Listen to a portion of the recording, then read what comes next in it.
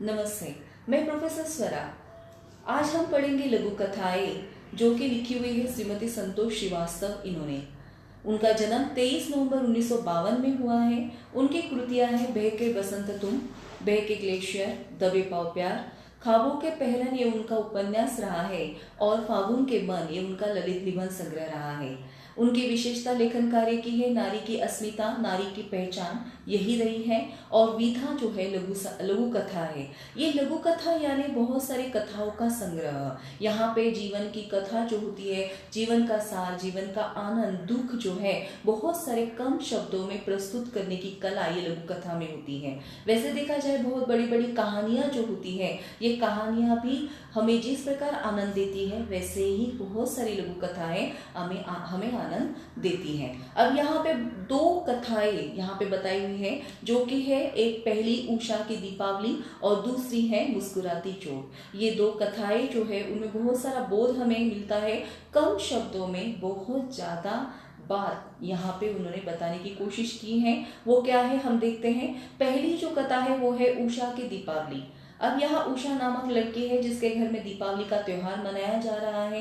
दीपावली का त्योहार है, नरक चौदस के दिन जो है बाहर आटे के दिए जलाकर रखे जाते हैं। उषा के घर के बाहर भी आटे के दिए जलाकर रखे गए हैं। उषा एक सुख समृद्ध घर की लड़की है जहाँ बहुत सारे पकवान बने हुए हैं, मिठाइयाँ बनी हुई है, बहुत सारे लोग इकट्ठा आए हुए हैं, प्लेटें भर भर के वो लोग खाना खा रहे हैं और ऐसे प्लेट छोड़कर वो जा रहे हैं। और यहाँ पे बहुत अच्छा सा ये दीपावली का जो त्योहार है उनके घर में मनाया जा रहा है।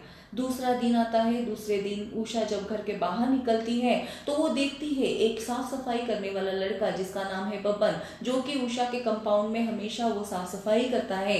वो लड़का वो जो दिए बुझे हुए हैं उसे उठाकर अपनी जेब में रख रहा है। अब अपनी जेब में वो रखते रखते उषा जब उसे दीपावली के दिन पूछती है कि भाई ये तुम क्या कर रहे हो, ये जो दिए हैं वो उसे अपनी जेब में क्यों रख रहे हो, तो वो कहता है घर में अन्न नहीं है, इसे ही मैं अच्छे से पका के खा लूंगा। तब उषा उसे देखकर और सुनकर दंग रहती है। तुरंत घर में जाती है और वो पकवान भरी थैली जो है वो लेकर आकर उसके हाथ में देती है। जो उसके दिल को सुकून मिलता है, उसके दिल को जो आनंद मिलता है वो पकवान की थैली देखकर उसके आंखों से आंसू टपक पड़ते हैं। तो यहाँ पे उषा जो है वो इस तरह सोचती है कि देखो लोग जो है घर में या बाहर या कहीं पे भी जो धन समृद्ध है, जिनके प्लेटों में अन्न है, वो उसका कितना अपमान करते हैं। अन्न परब्रह्म होता है। अन्न का सम्मान हमें हमेशा करना चाहिए क्योंकि बहुत सारे लोगों को ये अन्न जो है नहीं मिलता। और इस प्रकार उषा उसकी मदद करके उसे अच्छे से जो है उसे हमें सबक देती है कि हमेशा हमें दूसरों की मदद करनी जरूरी है।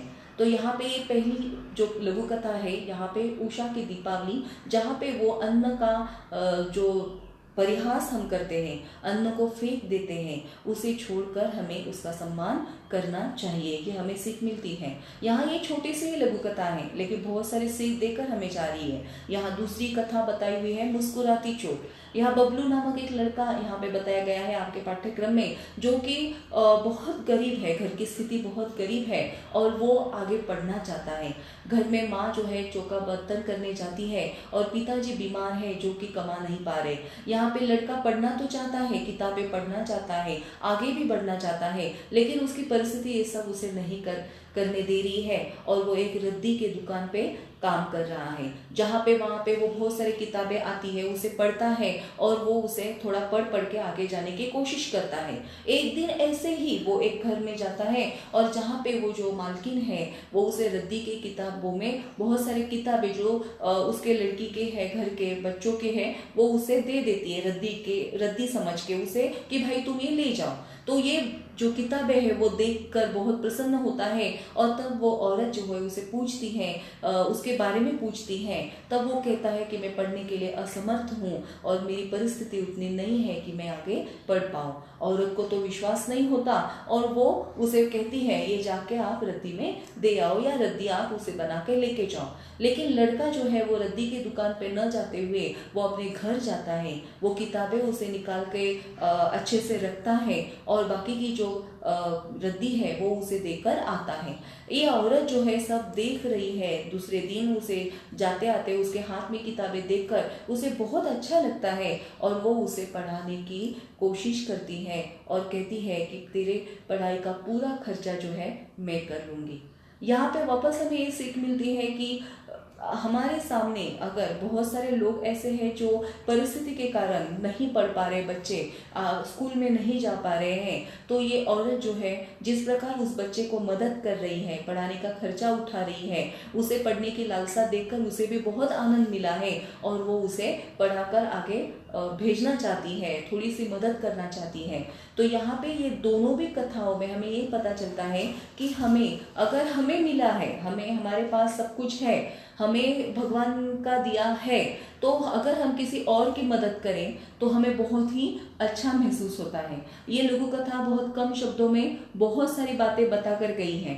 पहले जो लघु कथा है यहाँ पे उन्होंने बताया है कि किस प्रकार अन्न का दुरुपयोग ना करें, उसका सम्मान करते हुए जिन लोगों को ये अन्न नहीं मिल रहा है उनमें बांटे और उन्हें भी प्रसन्न रखें, हम खुद भी प्रसन्न होते हैं। और दूसरी कथा में उन्होंने कहा है पढ़ने की लालसा बच्चे के मन में है, तो अगर हमारे पास दिया हुआ है भगवान का, तो हमें भी उन्हें थोड़ा सा आगे करने का मौका मिले तो हमें ज़रूर करना होता है, हमें उन्हें मदद करनी होती है, हमें उन्हें अच्छे से आगे करने का एक अच्छा और सुंदर मौका मिलता है और उसे हमें हाथ से नहीं जाने देना चाहिए।